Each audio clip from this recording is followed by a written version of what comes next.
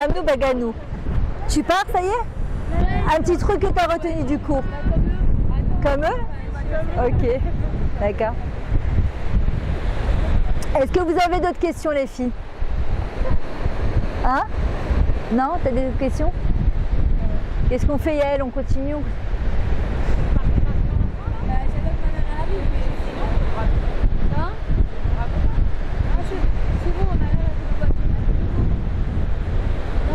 Vous voulez qu'on continue un petit peu? Vous voulez rentrer?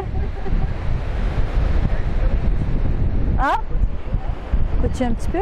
Ok. Maintenant, la mitzvah de la fête de Sukkot, d'accord? On a dit c'est la simcha.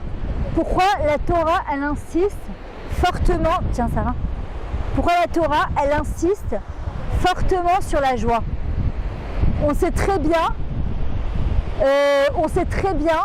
que être joyeux, c'est une mitzvah de la Torah, c'est pas un plus.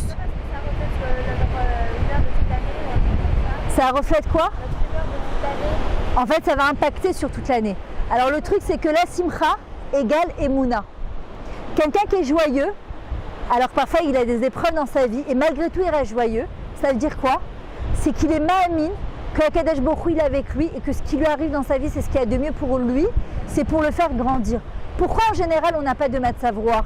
Pourquoi en général on n'a pas, on se lève le matin, parfois on n'est pas bien?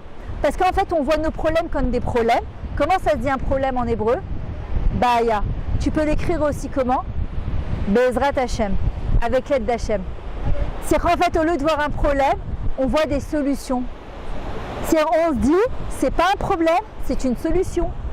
Le mot simcha, ce sont les mêmes lettres que Mashiach. Ce qui va amener la Géoula et la Yeshua, on est sorti en galoute à cause d'un manque de joie. Ce qui va nous amener, Bezrat Hashem, le Mashiach, c'est la simcha. Où on la trouve dans les Chamisha Chumshe Torah. C'est les mêmes lettres que Simcha. Et en vrai, ça vient par où? Liot Be Simcha Marshava, par la pensée. Une personne, elle n'est pas heureuse parce qu'elle est partie chez Zara et elle s'est acheté des nouveaux habits pour la fête, parce qu'on sait très bien que ça ne reste pas très longtemps. Une personne, elle est joyeuse parce qu'elle a choisi de l'être. C'est-à-dire que quand je vais me lever le matin, je me dis, je choisis d'être heureuse parce que je l'ai choisi. Quand ils étaient petits, les enfants, je ne sais pas si Sarah, tu t'en rappelles, je n'étais pas quelqu'un qui souriait beaucoup. Et un jour, je me suis dit, il faut absolument que je sois un peu plus Bessimcha. Donc j'avais décidé, quand les enfants ils étaient petits, de me lever, de sortir de ma chambre en marchant comme ça dans la maison pendant une demi-heure. Je m'étais dit, qui m'énerve pas. Je leur disais, allez vous habiller, allez vous mettre, pendant une demi-heure. Maintenant j'avais envie de crier, m'énerver. Et je me disais, non, je reste comme ça.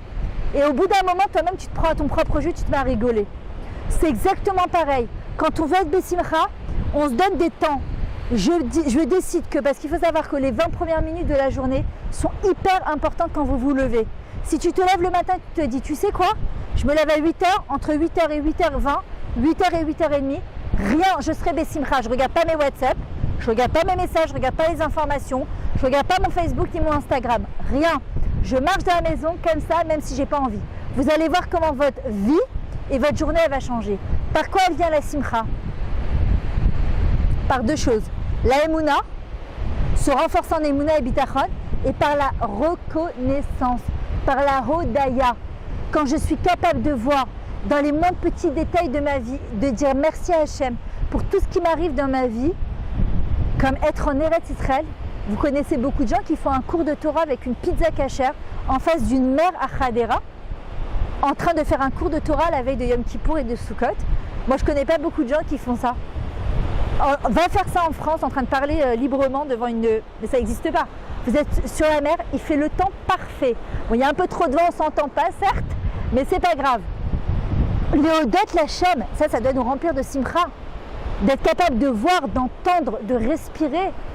Mais c'est magique. On ne se rend pas compte.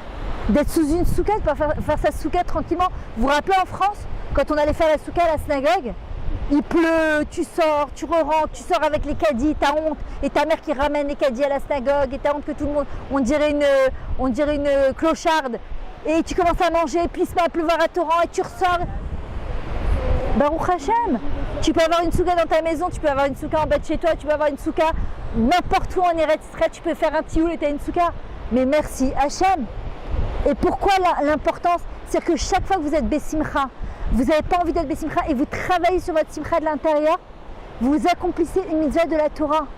Ça nous fait sortir de notre galoute personnelle, de notre exil, et ça amène la Géoula dans le Ham Israël. Parce que Simcha égale Emouna.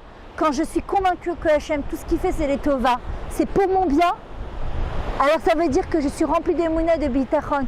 Quand je me répète toute la journée que En Milvado Vefes Velato, il n'y a rien à part Hachem, qu'il est là, qui m'accompagne dans chaque pas que je fais, alors je dois me remplir de Simcha. Quelqu'un qui a la Simcha, il réussit ce qu'il fait dans sa vie.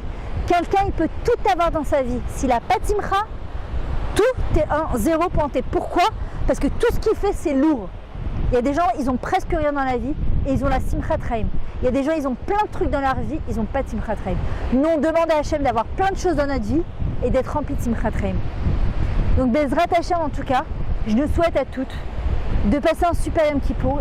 Il nous reste une semaine, moins un jour, pour se renforcer tous les jours, que ce soit au niveau de la Tziout, que ce soit au niveau du Dibour, du Shmirat Alashon, de la Shmirat Negia, de la Tfila. Chaque chose qu'on fait en plus, on dit à Kadosh Baruch Hu, je le fais pas parce que j'ai peur de Kippour, parce que je le fais pour te faire plaisir. Chaque chose. Et j'inclus dans ma mitzvah, tout le Ham Israël, je le rentre dedans. Yom Kippour, j'arrive, je dois être rempli de Simcha. Rempli de Simcha en me disant, Bezrat Hashem, j'ai passé un super Yom Kippour, je vais faire tchouva. Moi par rapport à mes amis, moi par rapport à Kadosh Baruch Hu, et je vais redémarrer une super année. Et à Simcha, à Simcha Torah et à Sukkot, je vais arriver en me disant à Kadosh Baruch Hu, donne-moi, remplis-moi de Simcha, pour que je puisse accomplir cette mitzvah de la Torah et participer au projet de la Géoula. Parce que je suis ton associé dans ce projet-là. Alors Bezrat Hashem, qu'on arrive à passer tous des super bonnes fêtes, et vraiment chazak pour ce que vous organisez. Bezrat Hashem, qu'on ait encore le sroud de pouvoir faire ça, si Dieu veut, encore très longtemps. Bye bye. Ouais, je sais Chava, je souhaite Bezrat Hashem que vous fassiez tous votre aliyah et dans des super bonnes conditions. Comme ça, vous aussi, on fera un super cours au bord de la plage. Ouais. Bon, après, les femmes vont dire ça fait grossir. Bye, des bonnes nouvelles. Hein? J'ai pas compris. Ah, t'as raison. On va.